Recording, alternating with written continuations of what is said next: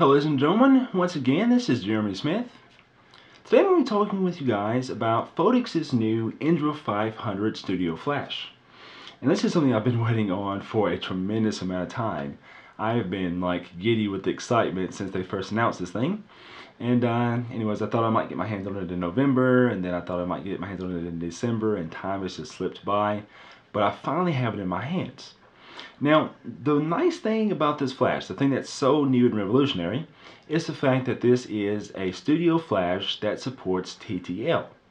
And TTL, of course, stands for through the lens, and basically it refers to communication between a flash and the camera, and it's basically like an auto mode for flashes. So as you're taking a photograph, all that distance information, ISO information, f-stop information is relayed to the flash, and it's able to adjust its power accordingly.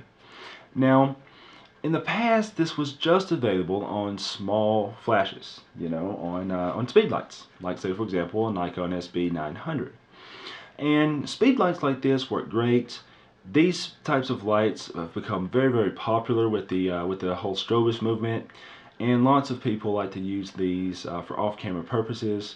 And as more and more time has gone on, you see a lot of people, myself included, doing things with these that you wouldn't traditionally think about doing. So you see people using these with soft boxes and umbrellas, and you see people using tremendous amounts of these, and so on. So these are very, very powerful lights.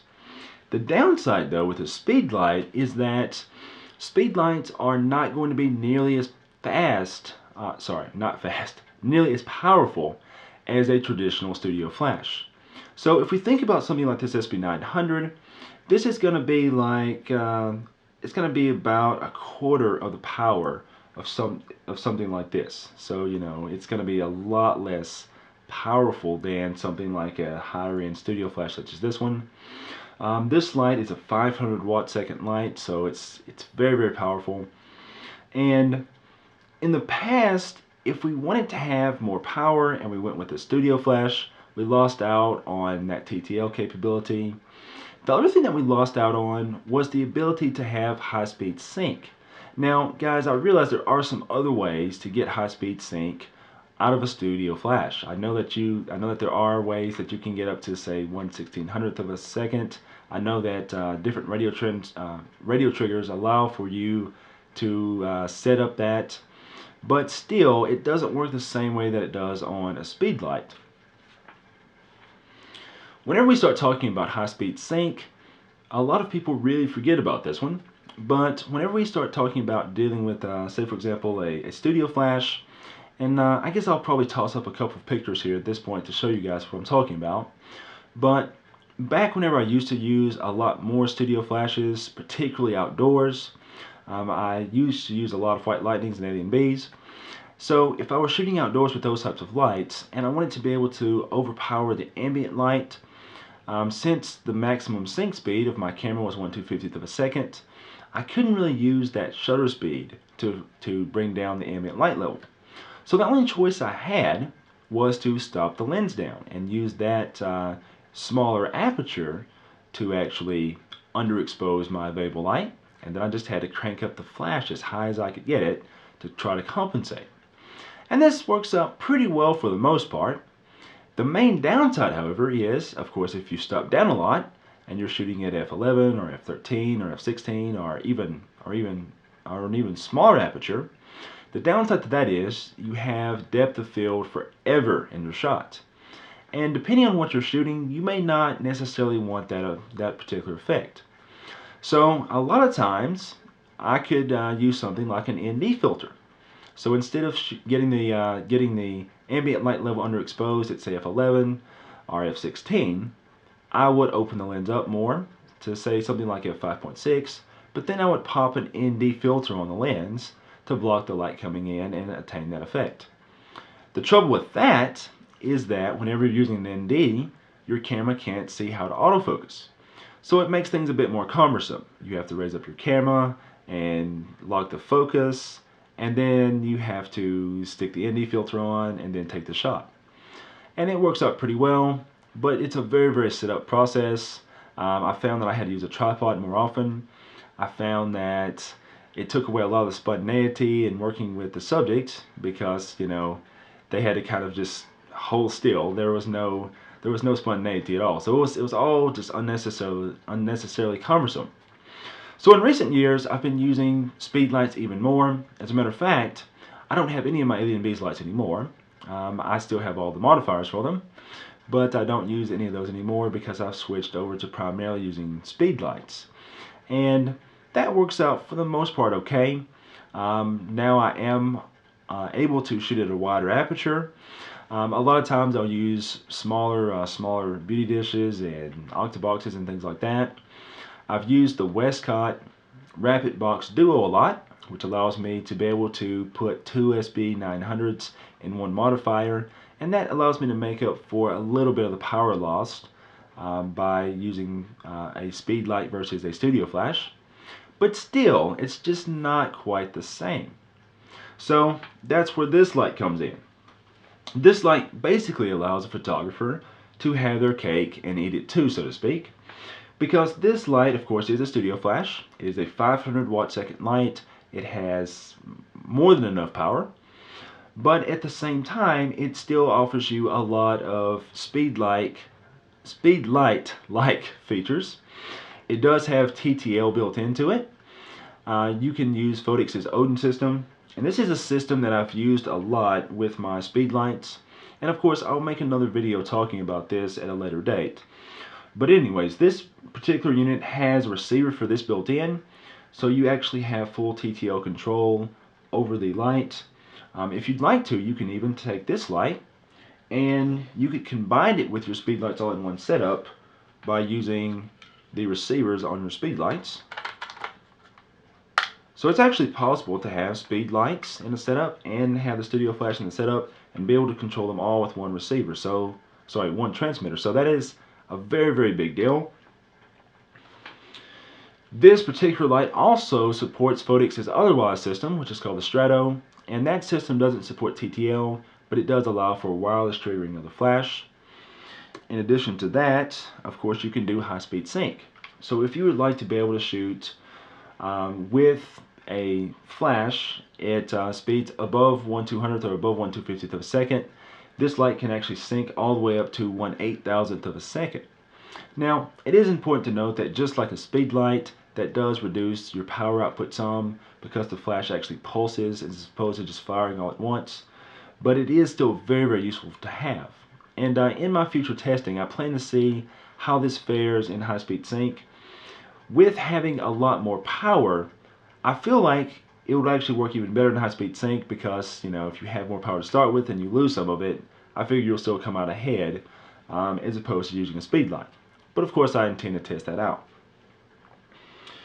This light is also extremely portable. It comes with a battery pack here, which weighs about 5 pounds roughly. The batteries are interchangeable, just like that. An extra battery, I believe, is about $200 or so. So you can keep another one of those. One battery is good for about 500 full power shots. Of course, I'll verify all that in testing. And the battery pack that this kit comes with, if you buy it in a kit, you'll get a head and you'll get one battery. But this battery pack can actually power 2 heads. So if you decide to add another head later on, you can still power it off the same battery. This is all definitely something that I see becoming more and more prevalent these days. A lot of photographers see TTL as a bad thing, and they think fully manual is the way to go. Obviously, you can still do fully manual with this light also, but TTL I feel is a very good tool also. You know, a lot of people feel like, you know, one is better than the other. Some people say always use TTL, some people say always use manual, but I feel like they both have their place. And yeah, you know, I'm all about having more options, because if you have more options as a photographer, it's easier to do your job over a wider variety of situations. Anyways, we'll go ahead and take a closer look at this light and battery pack, and I'll show you how all the menus interface works. So taking a closer look at the battery pack, as I mentioned before, this thing is extremely solidly built. I mean, it's very nice. the battery, removable battery itself, and the actual battery pack both have a aluminum skin to them. They're both very well built.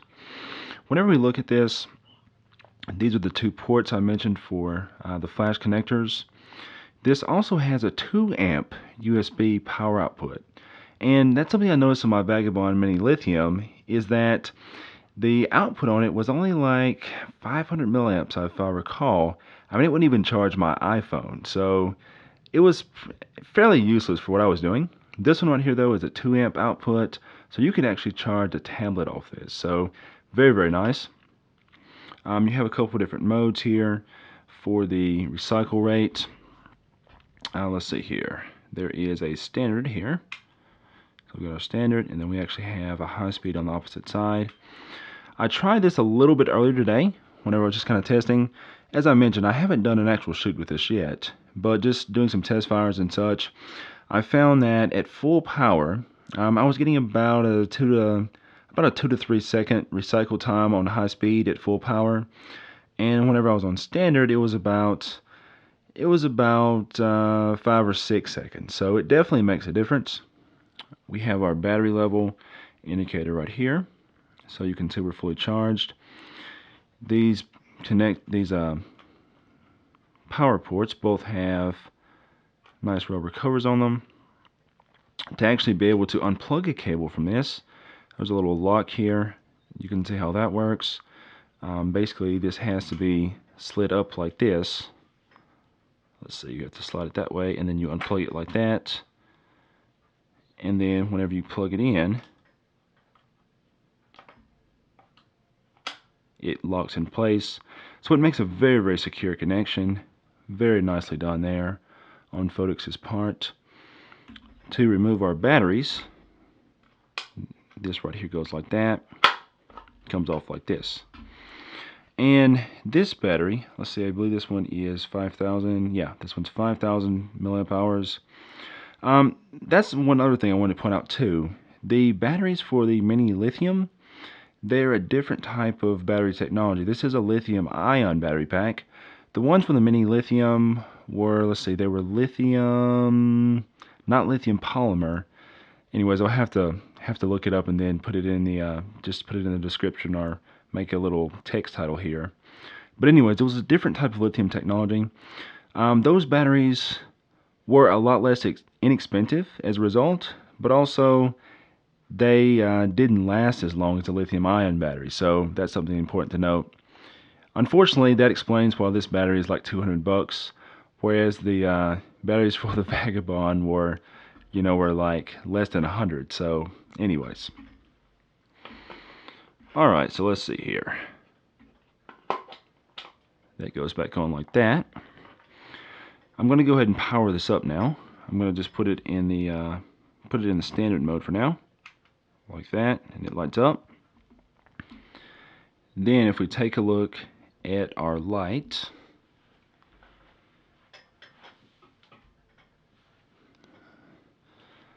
very, very well made light here.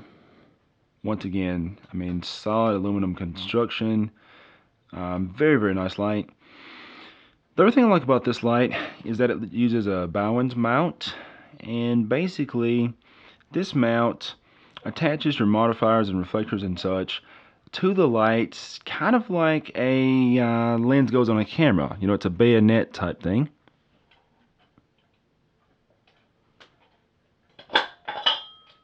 So it goes on and off like that. It clicks in place just like that. I mean, it's very, very nice. It's very secure. You also don't have any light leaking through, between where the body of the flash and the body of the modifier meet. So much, much better. It doesn't have any like spring-loaded things or anything. It's just a nice, secure fit. There's tons and tons of third-party modifiers that will work with that particular mount. I've been using the Phottix Luna Beauty Dish, and I've been using the Phottix. I've been using the Phottix Octabox as well. And I have an adapter that allows me to use those with my speed lights. So it's nice to be able to use those with speed lights and use those with the Studio Flash and not have to worry about having two different sets of modifiers. So that's something that I am definitely looking forward to. The power connection right here on the light itself has a little collar here. And so you have to pull this collar down. And it's spring loaded here, so you pull the collar down and you give the cable a tug and it comes off.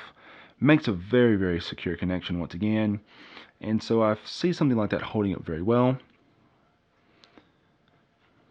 Okay, if we look at the back of our light here, of course I have a battery pack turned on, so now if I turn on the light, it comes on just like that. Our fan comes on for a moment, goes off. Of course it comes on whenever it feels like it reaches a certain temperature. There's a custom function setting I'll show you guys in a second that you can actually use to control that. And I'll grab my Phottix Odin here as well so that I can control this if I need to. So anyways, on this, like most things, I did not bother to look at the instructions at all on this at first whenever I took this out of the box. But I didn't really need them. It's actually very, very straightforward to use. Basically, it kind of reminds me of a Canon 600EX speed light, the way it's set up. You have this fourth button over here that allows us to switch between the different menus we're seeing. So you can see right now the first menu allows us to do like something like our flash exposure compensation, our modeling light brightness, and then our mode. And then this last button, basically when we hit it, it swaps us over to menu number 2. And menu 2 contains an option to change channel, to change group, and this allows us, actually I forgot what this does, this allows us to, okay, that allows us to change how the menu looks. And a lot of people got kind of confused by this, including myself. I kind of thought that this was like to change the quality of the light coming out of the color of the light coming out of the actual flash, but it actually just changes up the color of the menu interface here. So you can see how, and this is like an enter button when you press in on it. So that does that. So you can go between all those different options like that. So yeah, it has nothing to do with color temperature. It's just solely to allow you to adjust how the interface looks. I kind of like the green for some reason. So anyways, that's how all that works. It's very straightforward. Over here, let's see here. We'll go back at the beginning again. You can change things like flash exposure compensation on the flash itself if you want to. Now, one thing I noticed, if you're using an Odin to change everything, it actually doesn't change what it says on the light itself. The light itself stays the same. I'm not sure exactly why Phottix does this. I think it'd be kind of cool if you could at least change it to where you could see it change on the light also. So maybe if you were away from your camera position and you looked up and saw it on the back of the light, or maybe you had an assistant that could see where it was set to as well, that could be helpful. But it's not a deal breaker. Just know that if you're using the Odin, it doesn't change the values that are actually expressed on the back of the light itself. So we have that. The modeling light is not terribly bright. I'm actually going to show you guys that in just a second here. But I feel like that's kind of par for the course. It is an LED type light. I think it equals about 4 watts or something like that. So it's not very, very bright. But it's the way I look at it is it's better than the speed light. If you were using a speed light, you wouldn't have a modeling light at all. So, you know, it's better than nothing.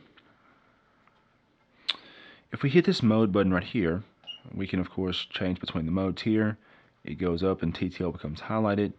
I can rotate this little selector and go between the modes. We've got manual, which is what you'd have on a traditional studio flash. Of course it's expressed. Let's see if we do that. Hit that again, it deselects. And then we can actually change our power setting just by hitting there first. Let's see, let me lock this down so it doesn't rotate. There we go.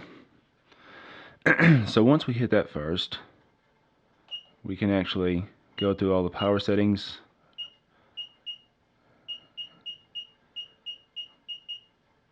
So we can change there. So very straightforward. I love how this screen is very large and very easy to read. The numbers are very bold. So yeah, that's definitely nice. We hit our mode button again. We can go away from manual. It has a multi-flash mode.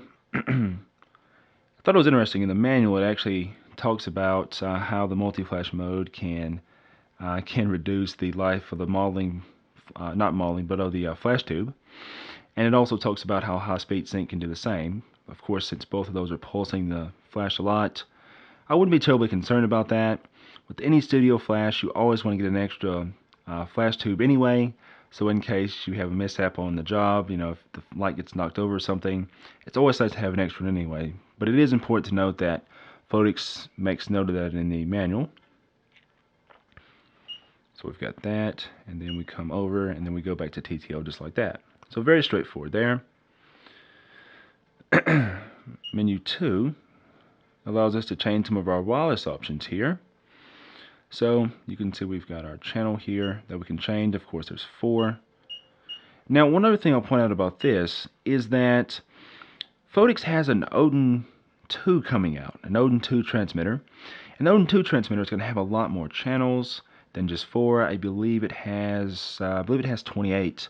And instead of it just having an A group, a B group, and a C group, it adds 2 additional groups as well. Now, this light doesn't have those groups, so I'm thinking that Phottix will probably release a firmware update whenever they release that Odin 2 transmitter. So that's how that works. This one right here allows us to turn on the rotation. So if you have your light on a boom or something like that, and it's mounted upside down, you can actually have it flip the display around so that way you can still read it. So I thought that was a nice touch. And lastly, in menu 4 here, we've got, let's see here, we've got a few other things. If we hit the RX button right here, we can change the receiver type. Right now it's on Odin Nikon receiver. If we rotate, we can do the Strato type receiver, which is their receiver that doesn't do TTL. We do it again, and it'll do an optical slave, which is where it will just simply detect another flash firing and simply fire, just like any other dumb studio light. It can pretend to be dumb if it wants. And then lastly, we can do RX off, and we could just use a sync cable or something like that. So very comprehensive there. Once again, speaking of firmware, they say that they are working on a receiver option for Canon, not for Canon, but for Sony also. So that'll be interesting to see in the future too, to see how that works. I don't shoot Canon. There we go. Nikon, that's better. So we'll see how that works in the future. But all in all, very straightforward type setup.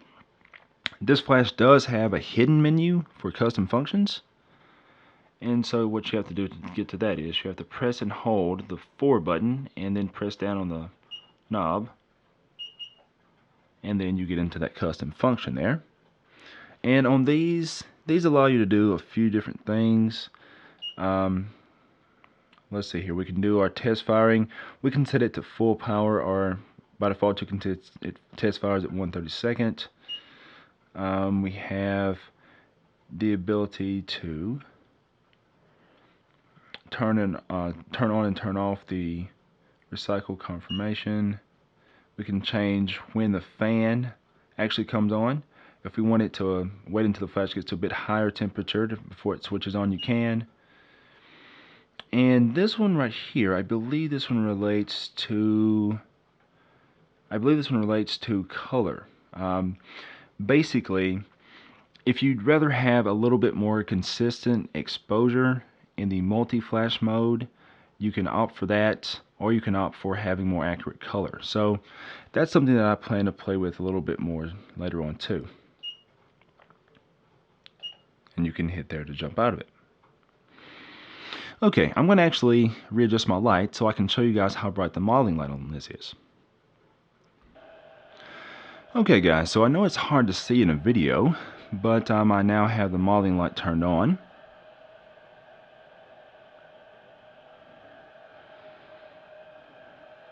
So it's, it's not terribly bright.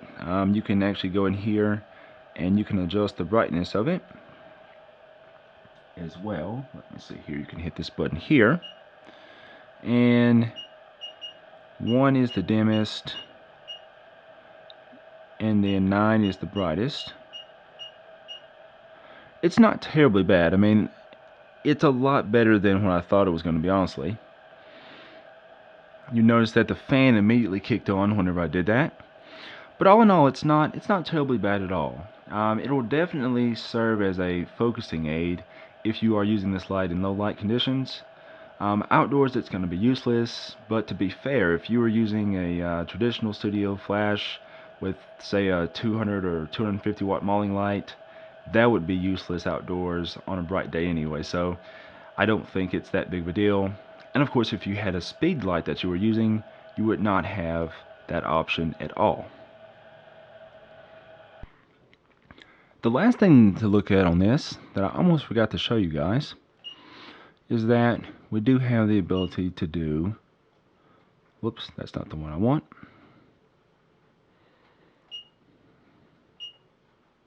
The last thing I want to show you guys is the fact that you have the ability to do a high-speed mode. And if you toggle it over there, we're now in high-speed mode.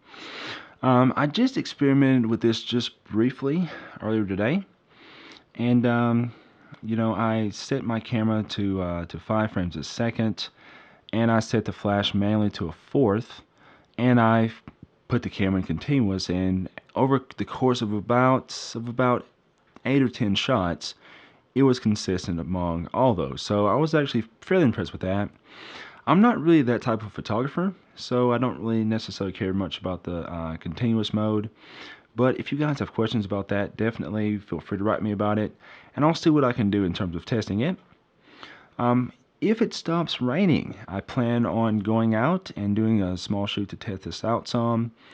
And of course, when I do, I will report back and post samples and all that good thing. If you guys have anything else that you want to know about this light, I plan to hang on to it at least for the next couple of days for sure. And, hopefully, like I say, if that rain stops, I'll be able to get outside with it. But if there's anything you want to know about this, definitely write me in the comments below.